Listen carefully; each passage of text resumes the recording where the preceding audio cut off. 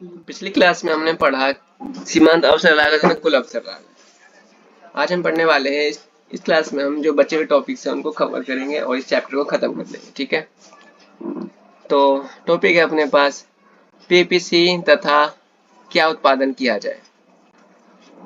यानी कि हमें ये कहा जाएगा कि जो केंद्रीय समस्याएं हैं उनको पीपीसी के माध्यम से बताइए, पीपीसी पर दर्शाइए। ठीक है, तो हम कैसे करेंगे, तो क्या उत्पादन किया जाए। ठीक है, क्या उत्पादन किया जाए की समस्या वस्तुओं के चयन की समस्या है ना।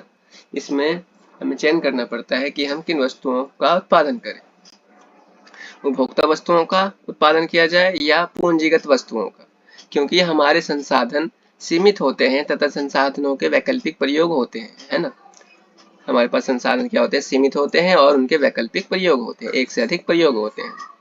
हम एक वस्तु के उत्पादन को तभी बढ़ा सकते हैं जब हम दूसरी वस्तु के उत्पादन में कमी करते हैं, है ना। क्योंकि हमारे पास जो संसाधन है वे सीमित है, तो हम किसी एक वस्तु को की मात्रा को बढ़ाना चाहेंगे तो हमें दूसरी वस्तु की मात्रा में कमी करनी पड़ेगी, क्योंकि उसके लिए संसाधन कम पड़ेंगे तो उसके लिए उसका उत्पादन भी कम होगा, है ना। इसलिए उदाहरण के लिए हम x वस्तु की मात्रा को तभी बढ़ा सकते हैं जब हम y वस्तु के उत्पादन में कमी करते हैं। अब जैसे चित्र की मदद से यानी पीपीसी की मदद से हमने कैसे दर्शाया इसको, कि जब हम x वस्तु में x1 से x2 वृद्धि करते हैं तो हमें y वस्तु में y1 से y2 में कमी करनी पड़ती है ना। तो यानी एक वस्तु में वृद्धि करने के लिए हमें दूसरी वस्तु में कमी करनी पड़ती है। ठीक है, दूसरी समस्या क्या है, पीपीसी तथा कैसे उत्पादन किया जाए। कैसे उत्पादन किया जाए तकनीक के चयन की समस्या है कि श्रम प्रधान तकनीक का चयन किया जाए या पूंजी प्रधान तकनीक का। यदि पूंजी प्रधान तकनीक से उत्पादन किया जाता है तो उत्पादन में वृद्धि से जीडीपी में वृद्धि तो होगी, परंतु बेरोजगारी की समस्या में वृद्धि होगी। वहीं अगर श्रम प्रधान तकनीक से उत्पादन किया जाता है तो बेरोजगारी की समस्या हल होगी, परंतु उत्पादन में कमी से जीडीपी में भी कमी आएगी। ठीक है, यानी कि अगर उत्पादन को पूंजी प्रधान तकनीक से यानी मशीनों की मदद से किया जाता है तो क्या होगा, उत्पादन बढ़ेगा, है ना। जब उत्पादन बढ़ेगा तो हमारे पीपीसी आगे की ओर खिसक जाएगा, जो हम नीचे दिखा रहे हैं ये देखो, है ना। पीपीसी आगे की ओर खिसका हुआ है, पहले ये था अब ये हो गया है। वहीं अगर श्रम प्रधान तकनीक से करेंगे तो पीपीसी पीछे की ओर खिसक जाएगा, क्योंकि श्रमिकों के मुकाबले जो मशीन होती है उनकी उत्पादकता ज्यादा होती है ना। मशीन से अगर हम उत्पादन करते हैं तो उत्पादन ज्यादा होती है, क्योंकि वो थकते नहीं है। मशीन ना ही तो थकते हैं और ना ही आराम करते हैं, जबकि इंसान थकते हैं और आराम भी करते हैं, है ना। तो उनकी उत्पादकता कम होती है। इसलिए जब श्रम तकनीक का इस्तेमाल करेंगे, श्रम प्रधान तकनीक का इस्तेमाल करेंगे तो उत्पादन कम होगा। तो उत्पादन कम होने से ये पीपीसी के इधर पीछे की ओर मतलब बाएं ओर खिसक जाता है। जबकि अगर हम पूंजी प्रधान तकनीक से उत्पादन करें, जिसको आधुनिक तकनीक भी कहते हैं, तो ये किधर होगा, ये दाएं तरफ, दाहिने तरफ यानी राइट साइड खिसक जाएगा। ठीक है, श्रम प्रधान तकनीक या पारंपरिक तकनीक यानी कि पुरानी तकनीक, जबकि पूंजी प्रधान तकनीक क्या है, आधुनिक तकनीक यानी नई तकनीक। ठीक है, आगे बढ़ते हैं। पीपीसी तथा किसके लिए उत्पादन किया जाए। ठीक है, यानी कि अब किसके लिए उत्पादन करेंगे कि समस्या को कैसे हम पीपीसी की मदद से दिखा सकते हैं, इसमें बताया गया है। किसके लिए उत्पादन किया जाए की समस्या आय के आवंटन की समस्या है। ठीक है, आय के आवंटन की समस्या है कि संसाधनों का प्रयोग करके समाज के धनी वर्ग के लिए उत्पादन किया जाए या निर्धन वर्ग के लिए। यदि समाज के धनी वर्ग के लिए उत्पादन किया जाता है तो इससे जीडीपी में वृद्धि होगी। ठीक है, क्योंकि समाज के धनी लोग उन वस्तुओं तथा सेवाओं का उपयोग करते हैं, है ना, जिनका मूल्य निर्धन लोगों के वस्तुओं तथा सेवाओं के मूल्य से अधिक होते हैं। यानी अमीर लोग जिन वस्तुओं तथा सेवाओं का इस्तेमाल करते हैं महंगी होती है ना, कहीं ना कहीं अच्छी क्वालिटी होंगी तो महंगी होती है, तो उनके पास पैसा है तो खरीद सकते हैं। ठीक है, तो अधिक मूल्य से अधिक होते हैं, तो जिसको उत्पादन करने के लिए अधिक निवेश की आवश्यकता होती है। अब जब वो महंगी चीज है तो उनको बनाने में जो मशीनें यूज की जाएंगी वो भी तो महंगी आती होंगी, है ना। तो इसलिए तो वो जो निवेश किया जाएगा उस पर निवेश जो है वो भी अधिक आता है, और अधिक निवेश से उत्पादन का स्तर बढ़ता है। ठीक है, अधिक निवेश से उत्पादन का स्तर बढ़ता है। अगर उत्पादन में निवेश की मात्रा को बढ़ाया जाएगा तो उत्पादन तो बढ़ेगा ही ना। इसलिए कहा है कि निवेश से उत्पादन का स्तर बढ़ता है, अतः जीडीपी में वृद्धि होगी। अब उत्पादन बढ़ा तो जीडीपी में वृद्धि तो होगी, लेकिन इससे निर्धन लोगों का जीवन स्तर यानी गरीब लोगों का जो जीवन स्तर है वो नीचे चला जाएगा, क्योंकि वे इन अधिक मूल्य की वस्तुओं तथा सेवाओं को खरीद नहीं पाएंगे, क्योंकि वो गरीब हैं तो वो इतनी महंगी चीजें नहीं खरीद सकते, तो उन महंगी चीजों को इस्तेमाल नहीं कर पाएंगे, जिससे उनका जीवन स्तर निम्न हो जाएगा, है ना। वहीं अगर निर्धन लोगों के लिए उत्पादन किया जाए तो इससे समाज में आर्थिक समानता बढ़ेगी तथा अमीर और गरीब के मध्य कोई अंतर नहीं रह जाएगा। लेकिन अगर गरीबों के लिए उत्पादन किया जाएगा तो क्या होगा, जो आर्थिक विभाजन है समाज का वो क्या होगा, कम हो जाएगा, उनमें आर्थिक समानता आ जाएगी, अमीर और गरीब में कोई अंतर नहीं रहेगा, क्योंकि सभी एक ही प्रकार की वस्तुओं और सेवाओं का उपभोग करेंगे। लेकिन इससे क्या होगा, परंतु इससे जीडीपी की समृद्धि में कमी आएगी क्योंकि धनी लोग असंतुष्ट होंगे, जिससे वे निवेश में कमी कर देंगे, क्योंकि अब अमीर भी वही चीज इस्तेमाल करें जो गरीबों के लिए उत्पादित किया जा रहा है, तो अमीर महंगी वस्तुओं को क्यों उत्पादन करेंगे, है ना। जो भी उत्पादक है वो महंगी वस्तुएं क्यों उत्पादित करेंगे, क्योंकि वो तो खरीदी नहीं जाएंगी, क्योंकि सरकार ने या जो भी है उसमें केवल निर्धन वर्ग के लिए सोचा गया है, तो कम महंगी वस्तुएं होनी चाहिए, है ना। तो जो महंगी वस्तुओं पर निवेश किया जाता था, महंगी वस्तुओं को जो उत्पादित करने में मशीनों का इस्तेमाल किया जाता था, अब उनकी जरूरत नहीं पड़ेगी, है ना, तो निवेश नहीं किया जाएगा। जब निवेश में कमी होगी तो उत्पादन में अपने आप ही कमी हो जाएगी, है ना, जिससे निवेश में कमी कर देंगे, है ना। ये वही दर्शा रहा था। ये देखो, जब हम मशीनों से उत्पादन करेंगे मतलब धनी वर्ग के लिए उत्पादन करेंगे, तो ये क्या कहते हैं, पीपीसी जो है आगे की ओर खिसका हुआ है दाएं तरफ, जबकि निर्धन वर्ग के लिए, गरीब लोगों के लिए जो उत्पादन किया है तो क्या हुआ, ये पीपीसी इधर पीछे की ओर खिसका हुआ है। ठीक है, आगे बढ़ते हैं। आगे है अपने पास कुछ टॉपिक ऐसे कि प्राप्य संयोग, अप्राप्य संयोग, संभावित और वास्तविक स्तर। ठीक है, उत्पादन का संभावित और वास्तविक स्तर, तो ये सब क्या है इसके बारे में पढ़ेंगे। चित्र में ए तथा बी, ए और बी, ठीक है, चित्र में ए और बी बिंदु उत्पादन के प्राप्य संयोग को प्रकट करता है। अब प्राप्य संयोग क्या है, प्राप्य संयोग वे है जिनका उत्पादन दिए गए संसाधनों तथा दिए गए तकनीक से किया जा सकता है, यानी जिनका उत्पादन दिए गए संसाधन और दिए गए तकनीक से हम कर सकते हैं, वो क्या है, प्राप्य संयोग है। उदाहरण के लिए यदि हमारे खेत में हम अधिकतम 50 किलोग्राम गेहूं का उत्पादन कर सकते हैं, ठीक है, अधिकतम कितना कर सकते हैं, 50 किलोग्राम गेहूं का उत्पादन कर सकते हैं, तो हम 0 से लेकर 50 किलोग्राम तक कोई भी मात्रा उत्पादित करते हैं तो वे प्राप्य संयोग होंगे, है ना। हम मैक्सिमम 50 कर सकते हैं, यानी हमारी संभावना कितनी है, 50 की संभावना है कि हम इतना कर सकते हैं, प्राप्य संयोग इनको प्राप्त कर सकते हैं, तो हम 0 से लेकर 50 तक कुछ भी उत्पादित करें तो प्राप्य संयोग होंगे। ठीक है, इसलिए इस प्राप्य संयोग को मैंने कहा ए और बी, क्योंकि ये बी हमारा मैक्सिमम पॉइंट है कि हम इतना तो कर सकते हैं, लेकिन इससे हम कम भी तो कर सकते हैं, ऐसी कोई बात नहीं कि कम नहीं कर सकते, ज्यादा नहीं कर सकते लेकिन कम तो कर सकते हैं। ठीक है, इसलिए ये दोनों प्राप्य संयोग है, ए और बी। ठीक है, चित्र में सी बिंदु उत्पादन के अप्राप्य संयोग को प्रकट करता है। सी क्या है, अप्राप्य संयोग। अप्राप्य संयोग वे होते हैं जिनका दिए गए संसाधन और तकनीक से उत्पादन नहीं किया जा सकता। ठीक है, उदाहरण के लिए यदि हमारे खेत में अधिकतम 50 किलोग्राम गेहूं का उत्पादन किया जा सकता है और हम 50 किलोग्राम उत्पादन और हम 55 किलोग्राम उत्पादन करना चाहें तो यह अभी संभव नहीं है ना। यानी हमारे पास जो लिमिट है, जो हम मैक्सिमम यानी अधिकतम जितना उत्पादन कर सकते हैं, उससे अगर हम कहा जाए कि और अधिक करो तो हम नहीं कर सकते ना। जैसे हमारे खेत की लिमिट थी 50 किलोग्राम तक उत्पादन करने की, लेकिन अगर हमसे कोई कहता है कि तुम 55 किलो करके दिखाओ तो ये हो सकता है, नहीं होगा, क्योंकि हमारे पास जो खेत है उस पर केवल 50 किलो तक ही हम उत्पादित कर सकते हैं।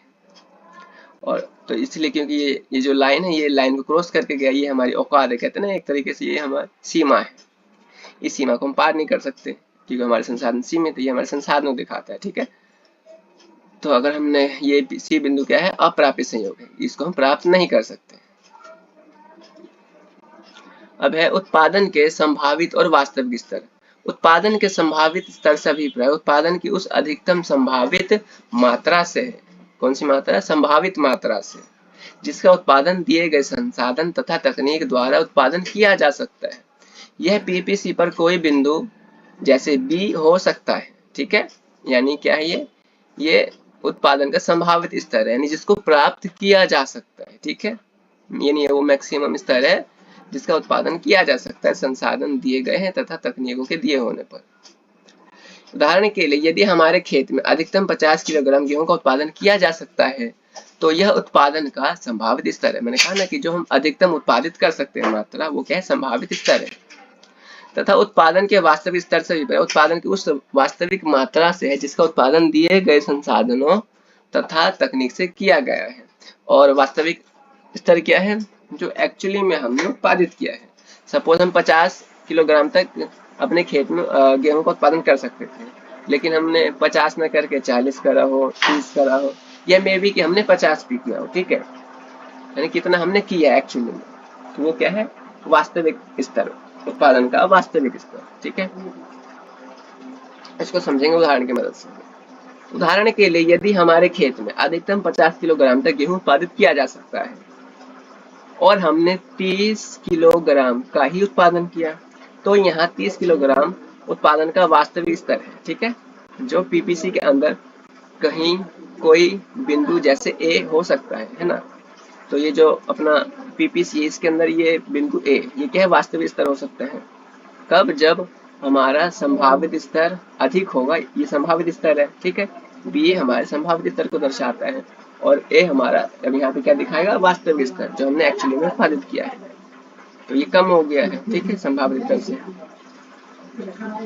तो बिंदु जैसे ए हो सकता है, इस स्थिति में उत्पादन का वास्तविक स्तर कम होगा उत्पादन के संभावित स्तर से, यानी जो हम उत्पादित कर सकते थे उससे हमने कम किया है ना। तो उत्पादन का वास्तविक स्तर कम होगा, यानी कि लेस देन है उत्पादन के संभावित स्तर से, ठीक है। लेकिन यदि हम 50 किलोग्राम गेहूं को उत्पादन करने में सफल हो जाते हैं, यानी हम हमारी जो मैक्सिमम लिमिट थी उसको हमने प्राप्त कर लिया है ना, तो इसका अर्थ होगा कि उत्पादन का संभावित स्तर बराबर है उत्पादन के वास्तविक स्तर के। तब हमें कोई भी बिंदु बी प्राप्त होती है पीपीसी के ऊपर, ठीक है। तो ये जो बी बिंदु है क्या दर्शाता है, ये उत्पादन का वास्तविक और संभावित स्तर दोनों जो बराबर हो जाए तो ये बिंदु बी होगा, ठीक है, बी प्राप्त होगा इस तरीके से। यानी कि कोई भी बिंदु जो इस लाइन के ऊपर है तो उसका मतलब ये है कि हमने उस मैक्सिमम लिमिट को प्राप्त कर लिया है, जो संभावित स्तर था उसको हमने प्राप्त कर लिया है, और संभावित और वास्तविक दोनों ही बराबर हो जाएंगे इस लाइन के ऊपर, ठीक है। ओके, आगे बढ़ते हैं, ठीक है। तब हमें कोई बिंदु पीवीसी प्राप्त हो, लेकिन क्या हो, यदि हमने उत्पादन 55 किलोग्राम कर लिया है, क्षमता तो थी केवल 50 किलोग्राम की, ठीक है, लेकिन हमने क्या कर लिया, 55 कर लिया, यानी हमने ज्यादा कर लिया, जो कि उत्पादन के संभावित स्तर से अधिक है। तो इसका अर्थ हुआ कि हमने गलत उत्पादन संभावना का स्तर निर्धारित कर लिया था, है ना। हमने सोचा था कि हम केवल 55 ही कर सकते हैं, 50 ही कर सकते हैं, ठीक है, लेकिन हमने देखा अरे हमने तो 55 कर लिया, यानी हमने वास्तविकता में तो 55 किलोग्राम गेहूं का उत्पादन कर लिया, लेकिन हमने तो ये मान के चला था कि हम केवल 50 किलोग्राम तक ही उत्पादित कर सकते हैं। इसका मतलब ये हुआ कि हमने अपनी उत्पादन क्षमता को कम आंक लिया था, ठीक है, यानी हमने जो उत्पादन संभावना था वो गलत बना लिया, हमने उत्पादन संभावना वक्र जो है गलत निर्धारित कर लिया था, है ना। तभी तो ऐसा हो पाया, अगर हम अपनी क्षमताओं को कम आंकेंगे तो ये तो होगा ही। यहाँ पे ये हम कह सकते हैं कि अगर जब जो वास्तविक स्तर है उत्पादन का, जो वास्तविक स्तर है जो हमने वास्तव में उत्पादित किया है वो अधिक है हमारे संभावित से, संभावना के स्तर से, तो इसका मतलब ये हुआ कि जो हमने संभावना अपने लिए सेट करी है वो गलत करी है, ठीक है। हमारा जो उत्पादन संभावना वक्र है या उत्पादन संभावना हमने गलत बना लिया है, हमने कम आंका है उसको, ठीक है, तो ये दर्शाता है। ओके, आगे है संसाधनों का अल्प प्रयोग तथा अकुशल प्रयोग, ठीक है, संसाधनों का अल्प प्रयोग तथा अकुशल प्रयोग। इसका अर्थ क्या है कि उत्पादन के संसाधनों का उनकी पूर्ण क्षमता का प्रयोग किए बिना ही उत्पादन किया जाए, यानी कि जब हम उत्पादन करें तो जो भी हमारे पास संसाधन है उसका हम पूर्ण प्रयोग ना करें, आधा अधूरा इस्तेमाल करें और उत्पादन करें, वो क्या क्या कहलाएगा, संसाधनों का अल्प प्रयोग, ठीक है। उदाहरण के लिए यदि संसाधनों का पूर्ण एवं कुशल प्रयोग किया जाए, अर्थात उनका इस्तेमाल संपूर्ण क्षमता से किया जाए, तो उत्पादन 50 किलोग्राम गेहूं किया जा सकता है। यह पीपीसी पर किसी बिंदु बी को दर्शाता है, ठीक है। तो ये जो हमारा बिंदु है यहाँ पर ये बी, ये क्या दर्शाता है, संसाधनों का कुशल प्रयोग, पूर्ण एवं कुशल प्रयोग। इस लाइन के ऊपर कोई भी बिंदु रहेगा तो क्या दिखाएगा, संसाधनों का पूर्ण एवं कुशल प्रयोग, ठीक है। लेकिन प्रयोग किया जाता है उनका इस्तेमाल पूर्ण संपूर्ण से किया जाए तो 50 किलो, ठीक है। तो मैंने कहा कि ये कोई बी बिंदु को दर्शाता है।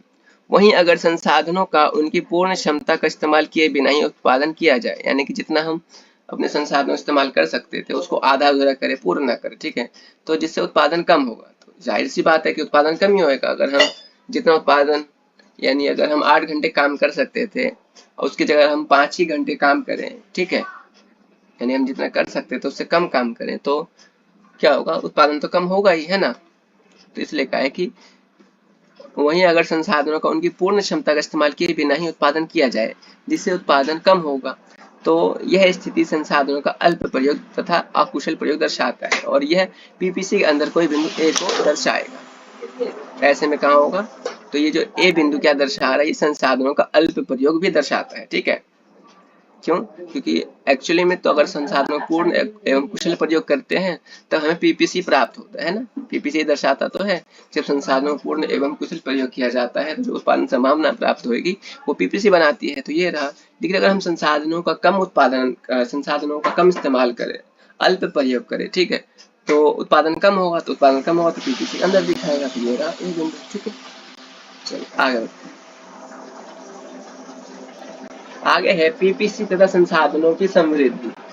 संसाधनों की समृद्धि से अभिप्राय क्या है, यानी कि पीपीसी तथा संसाधनों की समृद्धि। ऑप्शन समृद्धि क्या है, तो संसाधनों की समृद्धि से अभिप्राय नए संसाधनों की खोज, ठीक है, या तो हमें नए संसाधन मिल जाए तथा विकास, यानी या तो हम पुराने संसाधनों को विकास, उनमें विकास करते, ठीक है, उनको बेहतर बनाते, ठीक है। तो क्या है, संसाधनों की समृद्धि से अभिप्राय नए संसाधनों की खोज तथा विकास से संसाधनों में वृद्धि करना है। संसाधनों में वृद्धि करना है। जब संसाधनों में वृद्धि होगी तो उत्पादन का स्तर भी बढ़ेगा, है ना, जिससे उत्पादन संभावना वक्र दाएं और खिसक जाएगा।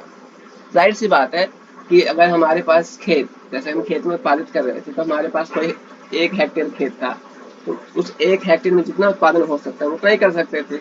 लेकिन हमारे संसाधन बढ़ जाए, यानी हमारे पास खेत और हो जाए, खेत की मात्रा और बढ़ जाए, तो हम और उत्पादन कर पाएंगे ना।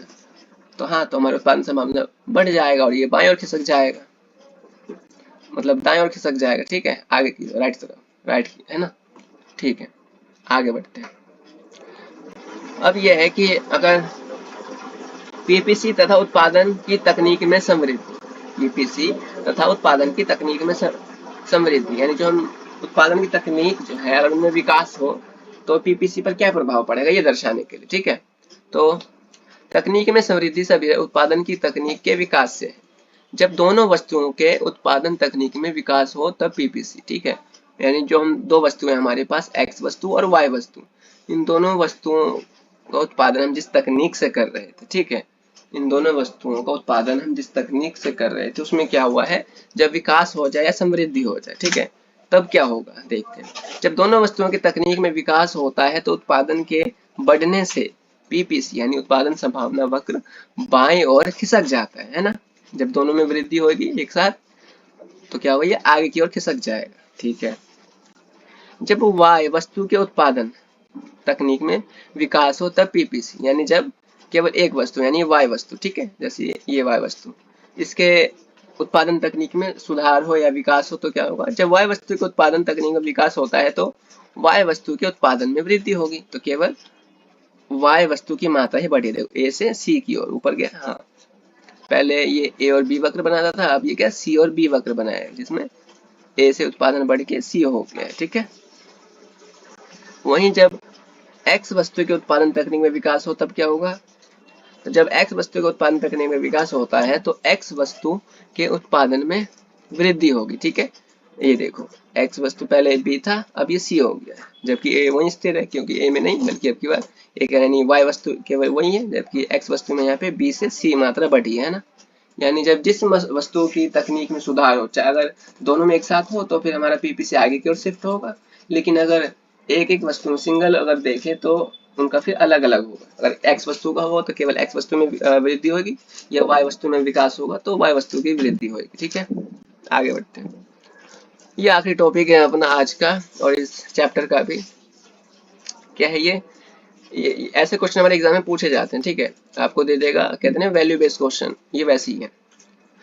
तो कहता है इसमें स्वच्छ भारत अभियान तथा संसाधनों की समृद्धि, यानी स्वच्छ भारत अभियान का संसाधनों की समृद्धि पर क्या प्रभाव पड़ेगा और पीपीसी पर हम इसको कैसे बताएंगे। ठीक है, ये देखो स्वच्छ भारत अभियान का अल्पकालीन प्रभाव, यानी स्वच्छ भारत अभियान जो है उसका अल्पकालीन यानी कि कम समय में कैसे प्रभाव रहेगा। तो स्वच्छ भारत अभियान संसाधनों की गुणवत्ता को प्रभावित करता है। स्वच्छ भारत अभियान से लोगों के स्वास्थ्य में सुधार होने से उत्पादकता बढ़ती है। स्वच्छ भारत अभियान लोगों को स्वच्छता के बारे में जागरूक करता है, जिससे वे स्वच्छ आदत अपनाकर कम बीमार पड़ते हैं, और व्यक्ति जब कम बीमार पड़ता है तो वह उत्पादन प्रक्रिया में अधिक योगदान दे पाता है और उत्पादन को बढ़ाने में सहायक होता है, जिससे वास्तविक उत्पादन संभावित उत्पादन के कुछ समीप आ जाएगा। ठीक है, इसका मतलब ये है कि मानते हैं कि अगर पहले उत्पादन ये जो स्वच्छ भारत अभियान है वो पहले चला ही नहीं गया, ठीक है, पहले था नहीं, तो लोगों को स्वच्छता के बारे में ज्यादा जागरूकता नहीं थी, तो वो ज्यादा बीमार पड़ते होंगे, है ना। जैसे कि अगर मान के चलते महीने में 30 दिन है तो लोगों को 30 दिन काम करना चाहिए, ठीक है, लेकिन अगर लोग स्वच्छ नहीं रहेंगे, साफ सफाई से नहीं रहेंगे तो बीमार पड़ेंगे। तो ऐसे में हो सकता है कि वो जैसे कि लोग कितना बीमार पड़े, मान के चलते हैं 20 दिन वो काम कर रहे हैं और 10 दिन बीमार होते, ठीक है, तो जो जब हमें जिनको 30 दिन काम करना चाहिए लेकिन वो 20 दिन काम करेंगे बीमार होने की वजह से, तो उत्पादन तो कम होगा, है ना। अगर उत्पादन कम होगा, लेकिन वही क्या होगा, जब स्वच्छ भारत अभियान चलाया जाएगा तो उससे लोगों को कैसे स्वच्छ रहना है, आसपास सफाई कैसे रखनी है, इससे वो सीख जाएंगे। ठीक है, तो वो कम बीमार पड़ेंगे, अच्छी आदतों को अपनाएंगे, जिससे वो कम बीमार पड़ेंगे। और कम बीमार पड़ेंगे तो मान के चलते हैं जैसे वो पहले 30 दिन उनको काम करना चाहिए, ठीक है, तो अब वो पहले की जैसे 20 की जगह 28 या 27 दिन काम कर रहे हैं, मतलब पहले से अधिक उत्पादन करेंगे, है ना। तो हमारा जो पीपीसी यानी जो उत्पादन संभावना है उसके समीप पहुंच जाएंगे। उत्पादन की जो हमारा वास्तविक स्तर होगा उत्पादन के संभावित स्तर के समीप पहुंच जाएगा, है ना।